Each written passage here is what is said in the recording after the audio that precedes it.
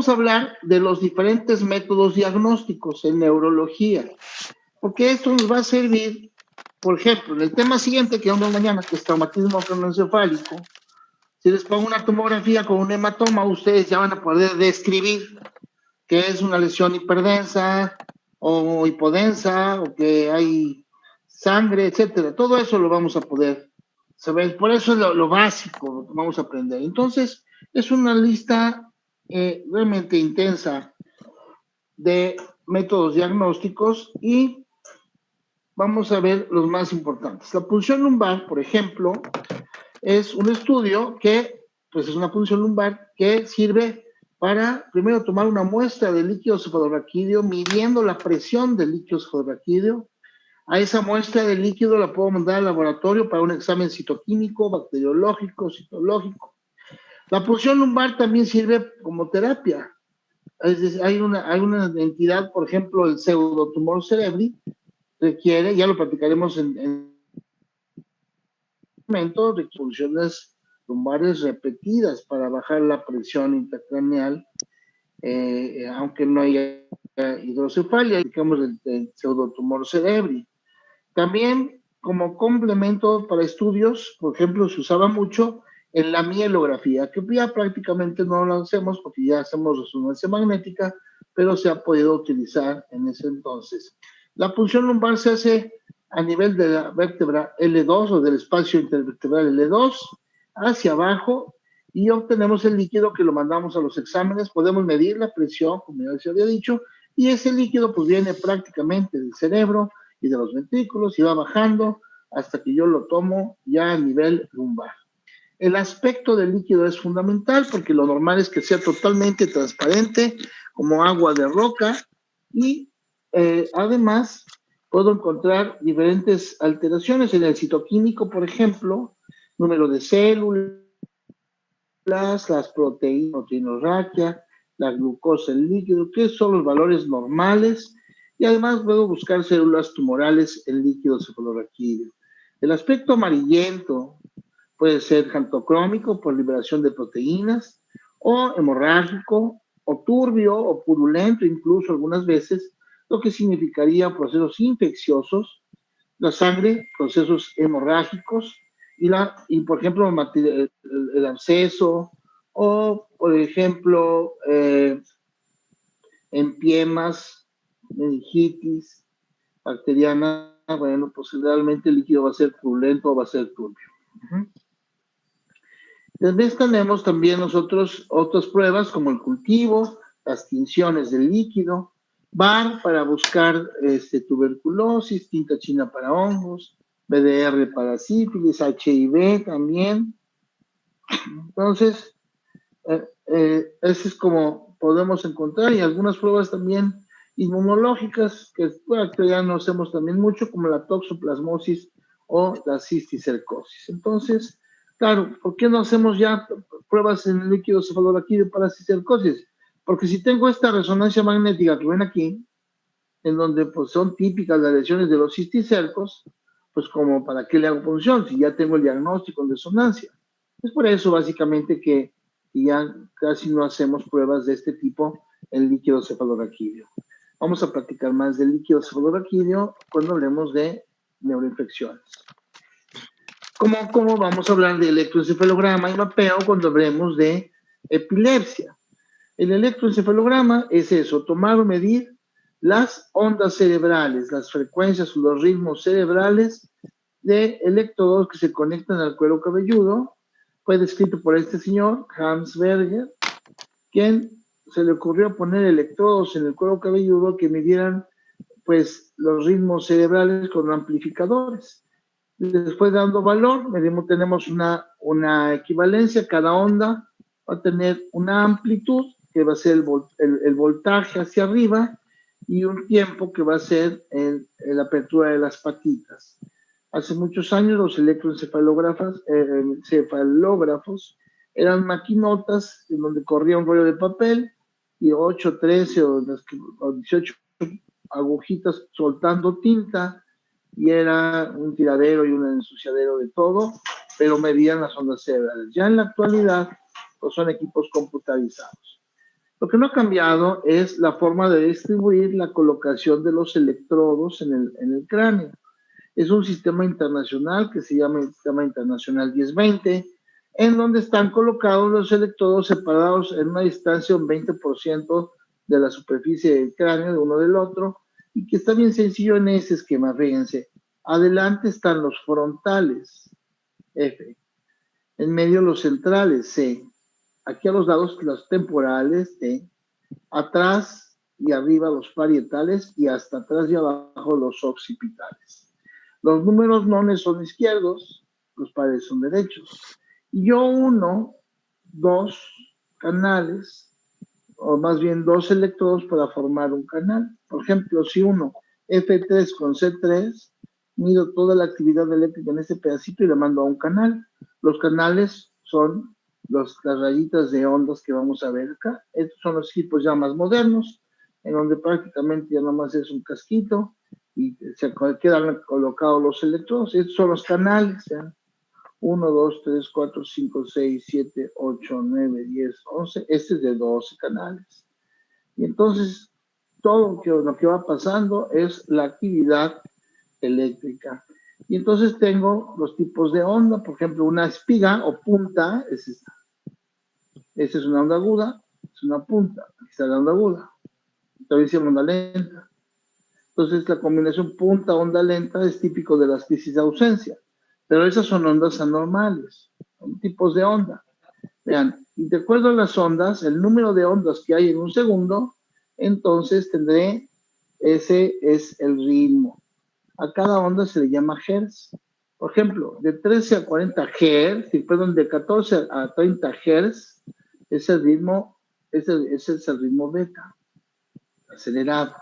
El ritmo prácticamente normal, relax, calma, lucidez, ritmo normal, de 9 a 13 Hz en un segundo.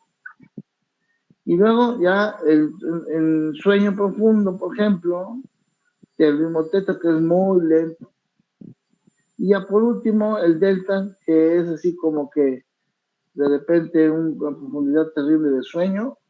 Entonces está ya muy dormido, muy bajo, muy baja la frecuencia, 1 a 3 Hz, 1 a 3 ondas por segundo, ciclo por segundo. ¿Qué mide entonces? Esta descarga eléctrica que se mide en el electro es una descarga eléctrica de la corteza cerebral. De hecho, en la neurocirugía de epilepsia, ahora ya se pueden hacer microelectroencefalógrafos que ponen los electrodos en un pedacito chiquito para localizar exactamente el sitio de la lesión epiléptica. Y entonces tomo igual la actividad eléctrica en un pedacito mínimo del cerebro. Los grafoelementos se llaman ese tipo de ondas, que son epileptiformes, son las ondas agudas, son las polipuntas, son los complejos de punta a punta o punta onda lenta. Ese es el de las ausencias. Entonces, estos serían los tipos de onda y en epilepsia los vamos a ver más. Un paciente despierto, como ahorita están ustedes, con todas esas ondas rápidas, así, 8.13 o 8.14 Hz o por ciclos por segundo. Vean lo que pasa con un sueño ahí ligero, el sueño profundo, bueno, más bien la fase 2 del sueño, sueño REM. Ahora sí, sueño profundo y lo que acabamos de ver hace unos días, la muerte cerebral. Acá están mis electrodos, miren, aquí están F2, F4, C3, etcétera. Vienen las ondas cerebrales y aquí tengo una descarga.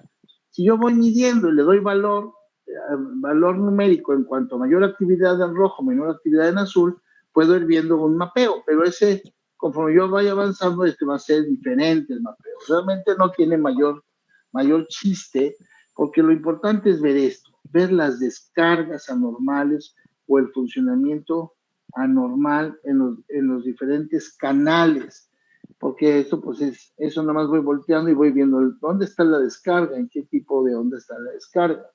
Y entonces vean acá, tengo igual una descarga mayor, seguida de más actividad generalizada. Ahora, los estudios de videoelectroencefalografía, de sueño, por ejemplo, toda la noche, el paciente tiene 2 electrodos, tiene patrón de sueño, tiene electrocardiograma, está conectado hasta con actividad muscular. Ya me permiten ver con mucho detalle varias de las cosas que el paciente pueda tener durante el sueño. Igual que la videoelectroencefalografía ha sido de los avances más importantes en epilepsia. Un niño conectado a un electroencefalograma se le está tomando video y van a ver que tiene una crisis que se llama focal. Ya veremos la clasificación de epilepsias pronto, pero van a ver la descarga en el momento que inicia una crisis focal del hemisferio derecho, que hace una presión, va la crisis y van las descargas.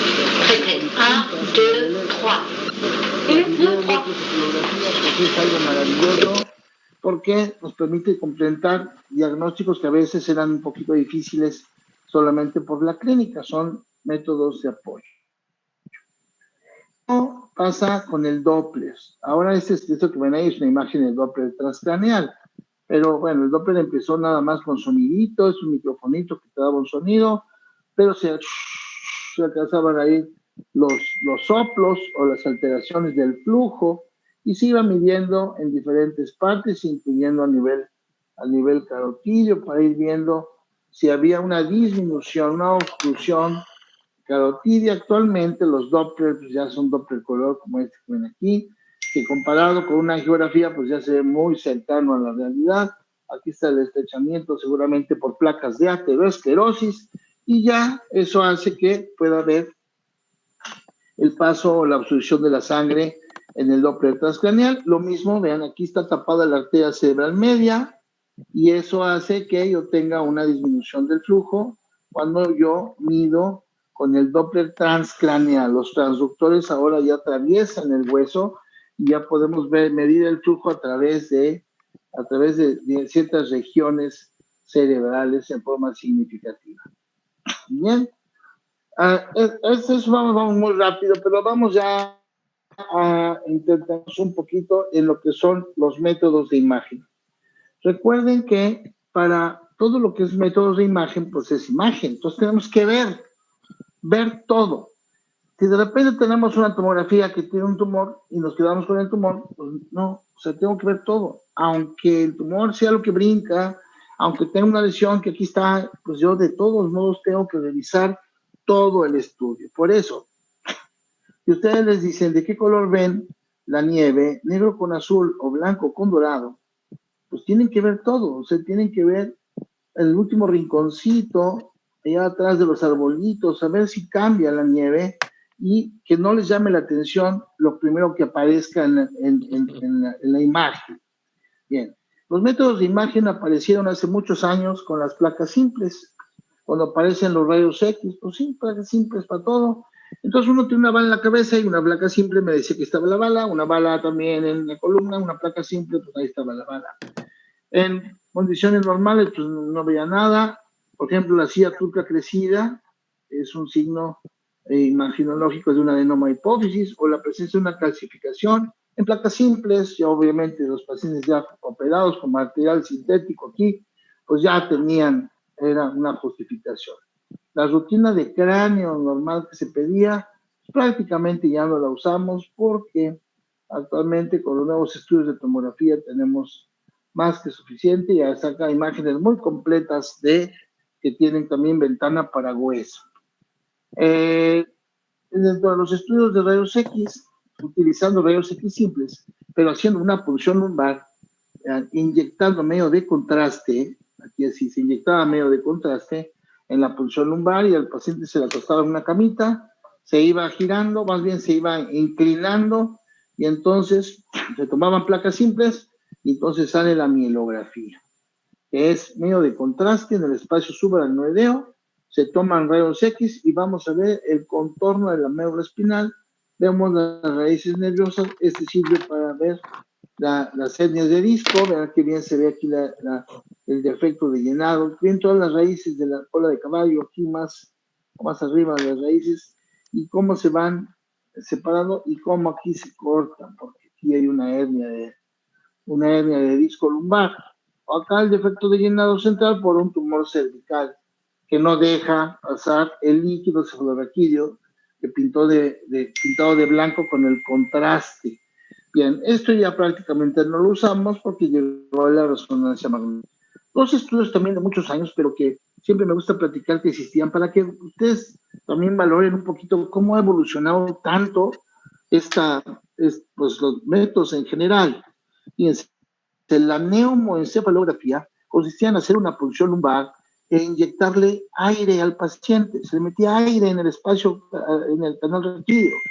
Después se ponía una camita que es esta, se inclinaba y entonces se tomaban placas simples. Estas que están acá son placas simples, pero con el aire dentro de los ventrículos. Y vean lo que apareció. Un tumorcito acá, un tumor, del tercer ventrículo. Entonces, eso era. Después, ven, aquí ya se murió el paciente, entonces aquí estaba el tumor. Es exactamente esto. Pero era una situación muy drástica, era muy complicado porque imagínense el dolor de cabeza que iba a tener el paciente después de que le metían aire ahí, que después se lo quitaban, pero de todos modos era muy problemático hacerlo. Muy parecido a ello fue la ventriculografía, igual, nada más que ahora inyectaban medio de contraste y lo mismo. El contraste recorría los ventrículos, el acueducto, vean aquí cómo está, comparándolo. Igual era para ver estructuras normales que no estuvieran desplazadas o que no estuvieran comprometidas con alguna obstrucción. Hasta que por ahí de 1970 aparece la tomografía computarizada. Estos cortes que ven aquí, eso significa tomografía. Va a ser diferente la imagen hasta arriba de los hemisferios, la imagen del medio o la imagen de hasta abajo. Va a ser diferente porque pues, son secciones diferentes. Tomografía entonces es cortar. Vamos a hacer secciones a varias alturas y en varias formas de hacerlo. Y entonces tenemos acá, en ese cuadrito que está a su derecha, pues ahí está claramente. La primera secuencia o la primera tomografía que apareció fue la que está en verde. En verde es un plano horizontal y las imágenes que se observan pues son de arriba abajo, de abajo arriba.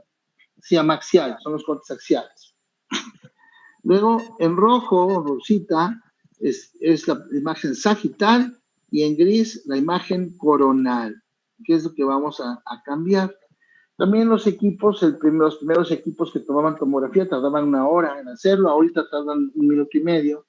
Es muy rápido hacer ya una tomografía en la actualidad, en donde pues está la tomografía conectado a un ordenador, o sea, una computadora, que que está conectado al tubo de rayos X, que dispara 30,000 haces diferentes de rayos X y que va girando ese tubo de rayos X, va girando en relación. Aquí es.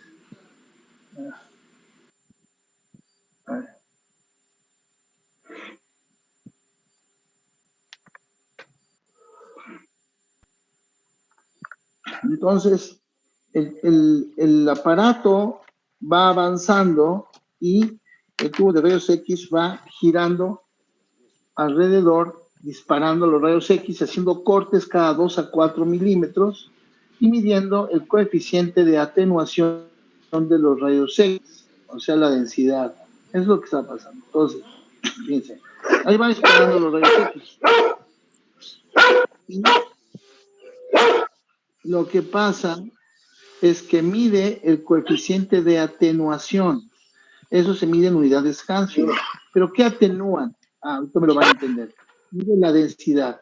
Aquí están los rayos X, aquí están los rayos X, y aquí está el cráneo en el cerebro. Los rayos X.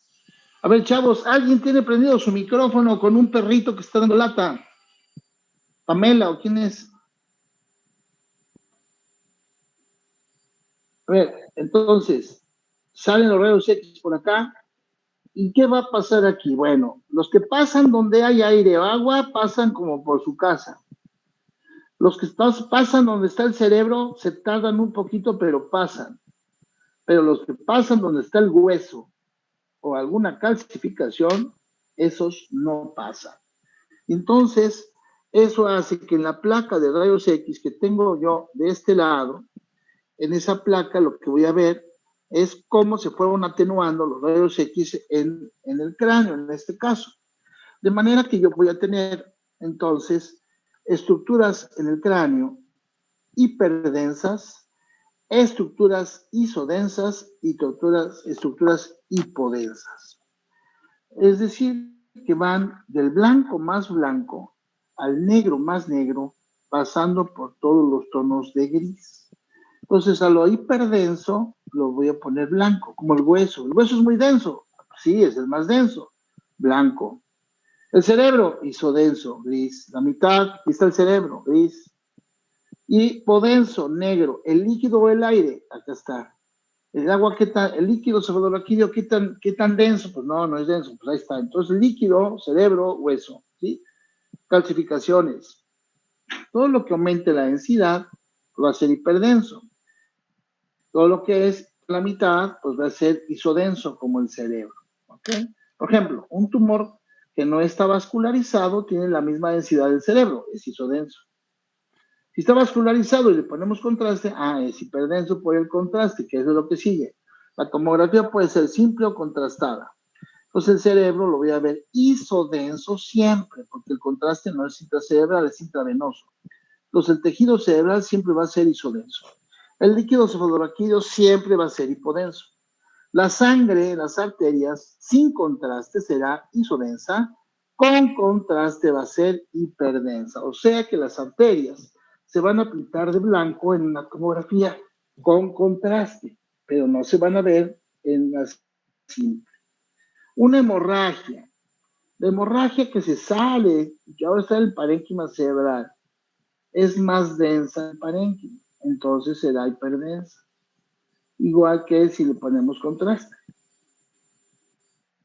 La otra cosa que será siempre hiperdensa va a ser el calcificaciones por cisticerco, por ejemplo, o un tumor calcificado, o se va a ver hiperdenso aún en la simple. Y el edema cerebral siempre será hipodenso. Un tumor vascularizado va a ser isodenso en la simple, pero va a ser hiperdenso en la contrastada. Y si el tumor no está vascularizado, siempre va a ser isodenso, si es que no está vascularizado. Bueno, ahora, los cortes. Los cortes axiales son así como los que ven aquí, y veo el hueso hiperdenso, el tejido cerebral isodenso, los ventrículos hipodensos. Ahora bien, tenemos nosotros en los diferentes cortes estructuras normales, la línea media, ¿sí? Los ventrículos, y de repente veo 3 calcificaciones, aquí 1, 2 y una 33. Y esas calcificaciones, bueno, pues esas calcificaciones son normales. Voy a tener 3 calcificaciones normales. Dentro de los ventrículos están los plexos coroides, que se calcifican. Acá la sangre se filtra y el ultrafiltrado de la sangre en esas formaciones microvasculares que se llaman plexos coroides produce el líquido cefalorraquídeo. De manera que voy a tener entonces los plexos coroides, ahí están, los dos, vean, plexos coroides calcificados normal y la pineal también normal, que son las calcificaciones normales, siempre las veo, el hueso calcificado hiperdenso, las calcificaciones de plexos coroides y la pineal hiperdensas. Toda otra calcificación que yo vea hiperdensa ahí ya no va a ser normal que esas. Los cortes sagitales son como de ladito, vemos la presencia aquí del hueso, nada más en un corte sagital y las estructuras que vamos viendo normales. Los parámetros de interpretación empiezan con la línea media. Una vez que describimos que el cráneo está completo, entonces vamos a la línea media, que puede tener cierta desviación de la línea media hacia un lado más que el otro, y esto produce lesiones ocupativas. El tercer ventrículo debe estar central en forma de ojales, está dilatado, hay crecimiento ventricular. El tallo cerebral es nuestro siguiente punto de referencia. Ahí está el tallo cerebral, está aparentemente bien, aunque ese se ve medio borroso. Y después de eso tenemos los hemisferios. Vean aquí, por ejemplo, los ventrículos laterales. Los ventrículos laterales están bien, centrales, la línea media no está desplazada, pero de repente veo esto. ¿Qué es eso? Es una zona hiperdensa. Y eso es una tomografía simple. Quiere decir que no tiene contraste. Si no tiene contraste, entonces nada más pueden ser dos cosas, hueso o sangre. Y en este caso es una hemorragia parenquimatosa en una paciente con hipertensión arterial moderada. Pero eso es una hemorragia parenquimatosa. Bien. En cerebelo también en lesiones cerebelosas, como en este quiste, pero puede haber hemorragia, puede haber muchas cosas que vamos a ir viendo también sobre la marcha. Por último, la convexidad. Vean cómo se ve aquí clarito. Esto es una lesión tumoral, es una tomografía con contraste, así de que pues, está muy vascularizado, tiene gran cantidad de edema lesional, y veo el hueso bien, y un poquito borrado los surcos y el desplazamiento de la línea media. Entonces, ahorita no importa que me digan, es un meningioma y está muy vascularizado. No, lo que me importa es que vean las densidades, ¿sí? Las estructuras normales. Vean, se ve el cerebro desplazado, pero aquí hipodenso. ¿Qué es hipodenso? Edema. ¿Qué es hiperdenso? Si es simple, puede ser sangre o contraste. Si es contrastada, pues es contraste. Quiere decir que la lesión está muy vascularizada y el contraste se mete y lo pinta muy bien. Este de acá es de un chavo que con un partido de fútbol le dieron de patadas en la cabeza. ¿Y cómo está el hueso? Normal, pero tengo el cerebro todo aplastado y tengo 1, 2, 3 colecciones de agua, son bromas. Pues el agua es hipodensa, el cerebro isodenso, el hueso hiperdenso. Y esa es una tomografía ya completa, una tomografía simple, en donde seguramente ya vieron que parece una zona aquí, una zona hipodensa, muy territorial, ¿sí? Es de aquí, va subiendo, crecimiento. Y esa zona corresponde a un infarto cerebral. Pero lo mismo importante es que vean acá, en las imágenes de aquí arriba, cómo se alcanzan a ver las arterias. Vean qué pasa cuando ponemos medio de contraste, ¿sí? Con medio de contraste, pues se pintan las arterias muy bien. El infarto sigue estando igual, no cambia, ya es una zona de tejido muerto, que se ve muy bien aquí, pero nuevamente vean la tomografía simple y contrastada para que no nos perdamos. Y bueno, ejemplos que tenemos de aquí de hematomas o hidromas con desplazamiento de línea media, ¿sí? Un paciente que está todo chueco y que le pusieron ahí una tomografía también toda chueca y veo como si hubiera diferencia, como que no tiene un peñasco, pero pues no, al final tiene que ver con la calidad de quien toma los estudios. El hueso, aquí vemos el hueso, le falta un pedazo de hueso, es un paciente que le drenaron un hematoma y ese es el efecto postquirúrgico, por eso se ve así el defecto y tan importante. El paciente tiene atrofia, un infarto del tallo cerebral y un poquito de crecimiento ventricular. La angiotomografía, pues consiste en poner medio de contraste y hacer cortes especiales con equipos ya también más sofisticados, y puedo ver un meningioma, es este meningioma aquí del surco olfatorio, que además pues crece y está siendo muy vascularizado por la arteria cerebral media en este caso. Bien, y ahí lo que tenemos es otro infarto viejito con ya retracción de las imágenes, etcétera. Cuando no tenemos experiencia, a veces nos cuesta trabajo. Vean este paciente. Eso tiene una lesión isodensa que además erosiona hueso. Pero entonces tenemos que pedirle medio de contraste. Con el poco contraste, pues ya veo que sí es una superlesión. Pero ¿qué necesitó el paciente para que ese tumor creciera de ese tamaño? ¿Por qué no, cuando iba a la mitad, el paciente convulsionó, se desmayó o algo? No, porque crece muy lentamente, y entonces un tumor de lento crecimiento, así de grandote que se calcifica, pues no hay muchas opciones, es un meningioma. Bien. Ahora, acá, desde el punto de vista vascular, también sirve muchísimo para enfermedad vascular cerebral, en donde la tomografía es prácticamente de primera línea para todos los estudios, para todos los eventos, desde infarto, isquemia cerebral transitorio, infarto cerebral, hemorragia intracerebral, hemorragia subaracnoidea, trombosis venosa cerebral. Nada más veremos así 2 o 3 cosas que son importantes. Vean, por ejemplo, aquí se ve la arteria cerebral media hiperdensa, y es una tomografía simple. ¿Por qué? Porque tengo que una oclusión arterial me puede dar el signo de la arteria cerebral media hiperdensa, que corresponde está tapada, por eso se ve así, porque está tapada. Este es otro caso, vean qué diferente. Es una tomografía simple, debería verse así, y se ve hiperdensa, porque la arteria está tapada. Tan es así que vean que aquí ya se alcanza a ver la zona de infarto cerebral. Aquí otra zona de infarto cerebral más reciente, que se corrobora por el estudio de Doppler transcraneal, en donde vemos que no circula la sangre, y ahí está la zona.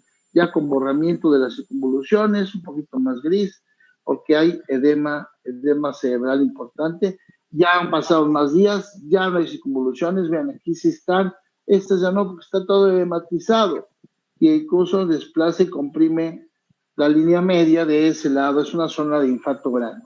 O ese paciente que tiene 1, 2, 3 infartos ya, un estado multiinfarto, evidentemente son ya muy deteriorados los pacientes, pero es una tomografía simple, en donde si manejo densidades voy a decir que tiene 3 hipodensidades. Las más viejitas son las más negras, las menos viejitas son las menos negras. ¿Bien? ¿Alguna pregunta aquí de tomografía? Básicamente, tomografía mide densidad, y lo que no deja pasar a los rayos X es lo hiperdenso, como el hueso o las calcificaciones. La sangre tampoco los deja pasar bien, por eso se ve hiperdensa. Lo que pasa más o menos, así como a la mitad en gris, es el cerebro isodenso, y lo que pasa muy fácil en el edema, en el líquido cefalorraquídeo o en el aire, pasa muy rápido la imagen. Medimos densidad, a diferencia de la resonancia magnética, en donde lo que vamos a medir es intensidad. Vamos a ver la diferencia. En resonancia magnética no utilizamos rayos X. No, lo que se utiliza es un campo magnético. El campo magnético se activa, y entonces en ese momento los protones del hidrógeno se empiezan a mover, cambian su dirección, cambian su alineación, y eso produce un impulso de radiofrecuencia que lo capta la computadora y le da un valor. Entonces, ese movimiento lo hacen cuando modifican su eje. Entonces, lo analiza el ordenador, la computadora, y le da un valor a la intensidad de la respuesta de los protones del hidrógeno. El hidrógeno está en el agua está en las células. Entonces, cada célula tiene sus protones. Pero fíjense si no va a ser diferente. Esto va a ser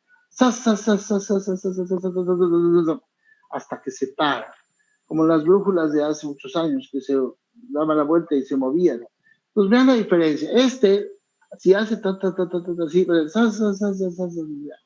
y es o sea que cada protón, según la alineación que tenga, va a responder en forma diferente a ese movimiento. Y el movimiento de los protones, la computadora le da un valor. Si va empezando a mover, ¡pum!, le toma una foto. Foto. Entonces, cada vez que pase, va a dar un valor diferente. Entonces, eso es lo que sucede.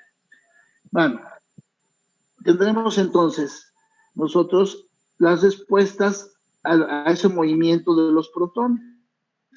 Tenemos la hiperintensidad, que acuérdense, ya no es densidad, es intensidad. En la tomografía hiperdenso, aquí es hiperintenso. Una gran hiperintensidad, blanco. Isointensidad, gris. Hipointensidad, negro. Entonces, de acuerdo al tiempo en donde voy tomando las fotos, es en donde va saliendo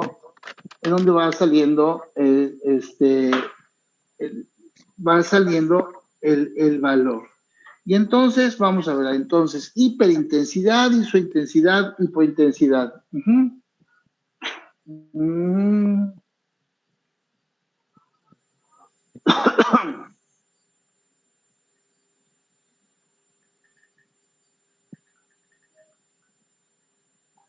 Vean qué diferencia. Es el mismo paciente. Es una lesión tumoral con edema.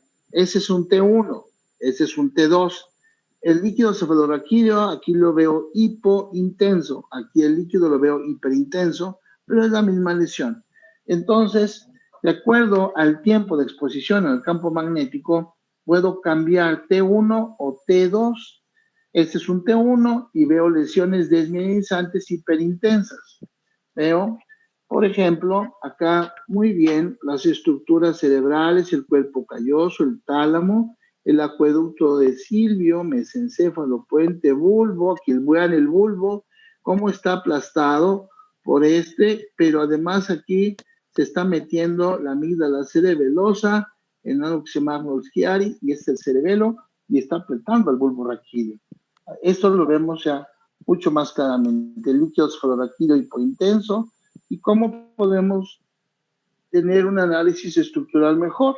Un T2 porque el líquido lo veo hiperintenso, pero vean, eso es la médula espinal, y en la médula espinal hay una lesión hiperintensa que corresponde a un proceso inflamatorio desmineralizante. La siringomielia, que lo vimos como un síndrome medular, en donde se hace un hoyito en el centro de la médula espinal, procesos inflamatorios de médula espinal, se ven muy bien. Las hemorragias se pueden ver cómo se va absorbiendo la sangre paulatinamente, y zonas de desmineralización. Una calcificación en placa simple, pues veo la calcificación en resonancia porque se ve con señal vacía, o sea que no tiene de intensidad de respuesta. Las lesiones desmineralizantes se parecen mucho a las lesiones microvasculares porque van a ser zonas hiperintensas, zonas donde se pierde la mielina y se ven repartidas así en diferentes partes. No se diga de los traumatismos, que podemos ver mucho más claramente, o las hernias de disco, que ya no, esto se puede en la mielografía, pues ya no, ahora en la resonancia ya no necesitamos la mielografía. Ya más recientemente la resonancia magnética funcional, en la cual puedo ver diferentes secuencias, las secuencias más importantes, por ejemplo, BOL, que mide el niveles de oxígeno, la perfusión, que mide el corte de la sangre dentro del cerebro, la difusión, que es el movimiento del agua, la movilidad del agua intracelular, y la espectroscopía, que me mide el metabolismo de un pedacito del tejido a obtener con resonancia magnética. Les voy a poner un ejemplo de lo que es la perfusión y la irrigación. Imaginémonos que tienen ustedes enfrente de ustedes una esponja grandota y con una manguera le van a echar agua desde afuera. Le echan agua y esa agua desde afuera que le está cayendo la esponja sería la irrigación. El agua que la esponja chupa, esa agua es la perfusión. Pero puede ser una esponja vieja que ya no chupa nada, que ya no puede entrar el agua. Entonces ya no tengo buena perfusión.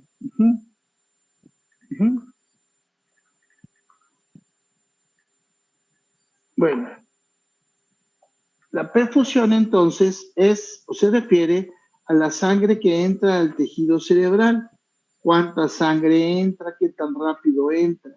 Es una imagen así en movimiento. Podemos tener imágenes en color, en blanco y negro, pero es una imagen cambiante. Por eso, si tengo un paciente con un infarto cerebral, como este que está aquí, y le hago su perfusión, vean cómo no hay perfusión, y luego medio perfundido, y luego bien perfundido. Esos cambios en la perfusión vamos a platicar más en enfermedad vascular cerebral, pero la parte importante es que sepan ustedes qué existe, qué podemos hacer más. Ahora podemos medir los neurotransmisores como la acetilcolina en un pedacito del cerebro en lo que se llama espectroscopía. Todos estos neurotransmisores yo puedo medirlos, como por ejemplo acá la acetilcolina, la adrenalina, el lactato, puedo medirlo, en una lesión área chiquitita, ver la presencia del lactato, y eso implicaría un efecto vascular cerebral. También ya hemos utilizado la angioresonancia, que también son imágenes que vamos a ver cuando platiquemos de enfermedad vascular cerebral, y vamos a ver también, ya más recientemente, la tractografía, la resonancia magnética funcional, y los déficits, los defectos de llenado de tractos nerviosos que no se empiezan a, que no empiezan a funcionar en forma adecuada. Vean, por ejemplo, la actividad de la corteza cerebral la puedo medir cuando el paciente está, por ejemplo, utilizando la movilidad de una mano, entonces puedo ver el aumento de la actividad funcional cerebral. También de lo más reciente es la volumetría. Ahora, la volumetría que me sirve como yo los comparo siempre como los legos que uno arma con cuadritos, así, entonces todos, ahora podemos medir milímetros cúbicos, que son milímetros cúbicos, tanto la sustancia blanca como la sustancia gris, y entonces podemos ir midiendo y vamos a darle un valor numérico, como el que ven acá ustedes, y se puede hacer seguimiento a los pacientes con demencias, con Alzheimer, con esclerosis múltiple, con muchas patologías que tienen que ver con la pérdida del volumen cerebral. El PET, que me mide también la concentración, por ejemplo, de la proteína beta amiloide o del funcionamiento cerebral, cómo va cambiando el funcionamiento en los pacientes con deterioro cognitivo, donde baja la capacidad de la corteza cerebral. Bien, también tenemos la posibilidad hace años de la angiografía convencional, eran placas de rayos X que se tomaban un paciente que se le inyectaba con contraste en la carótida para ver aneurismas, ya más recientemente con la angiografía por sustracción digital y la angiotomografía, sí, que pues ya tenemos esas imágenes que ahora es más fácil, lesiones muy vascularizadas o tumorales que se ven en la angiotomografía, procesos de malformaciones, etcétera. Muy bien. Hay algunas imágenes. Esta práctica se las voy a pasar porque tiene ahí como unos tips para ver algunas patologías que son medias raras, pero que son imágenes que se comparan, por ejemplo, al ojo de tigre, en algunas patologías. Por ejemplo, cuando reponemos el sodio rápidamente, producimos una mielinolisis central pontina, o como ven acá, un proceso osmótico, y veo lesiones que parecían la trompa de un marranito.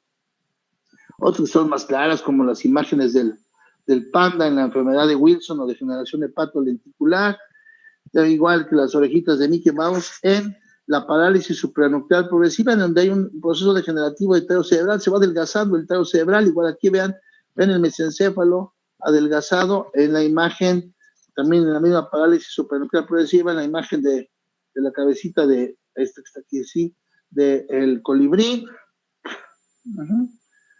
Y la imagen en trompa de elefante, esta así como doblada, que tiene en la enfermedad de Alzheimer en la región temporal.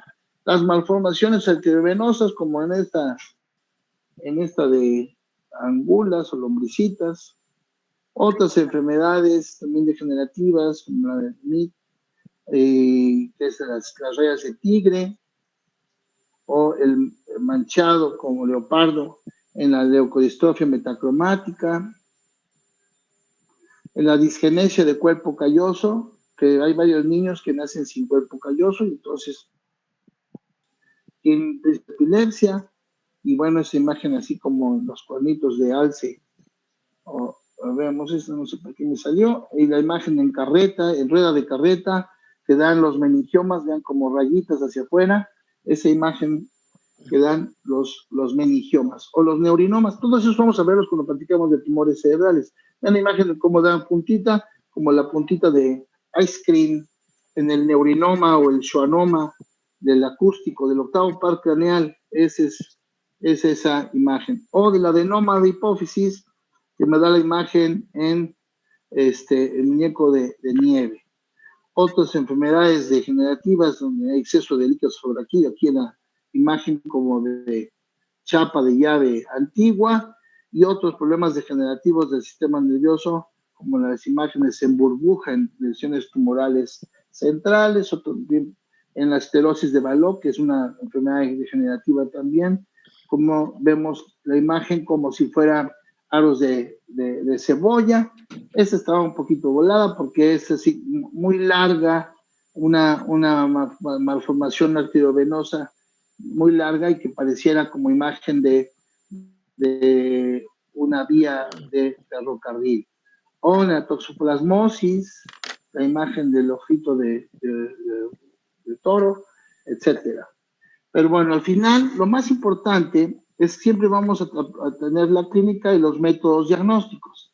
Fue nada más como una embarradita de todos los métodos. Me interesaba mucho que tuvieran conocimiento ya de lo que son la tomografía y la resonancia, porque a partir de mañana que empezamos a hablar de traumatismo craneoencefálico, ya platicamos, entonces vamos a ver muchos estudios y ya ustedes van a poder identificar lesiones hiperdensas o hiperintensas en caso de la resonancia, cómo se va a ver el edema cerebral y el traumatismo, los hematomas subdurales, epidurales, etcétera, pero ya mañana lo vemos en clase. ¿Alguna pregunta, chavos?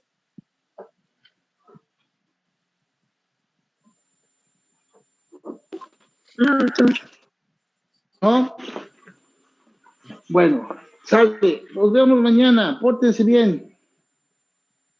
Gracias, doctor. Mañana, Hasta mañana. doctor, gracias. Hasta mañana. Buen día. Gracias, chavos.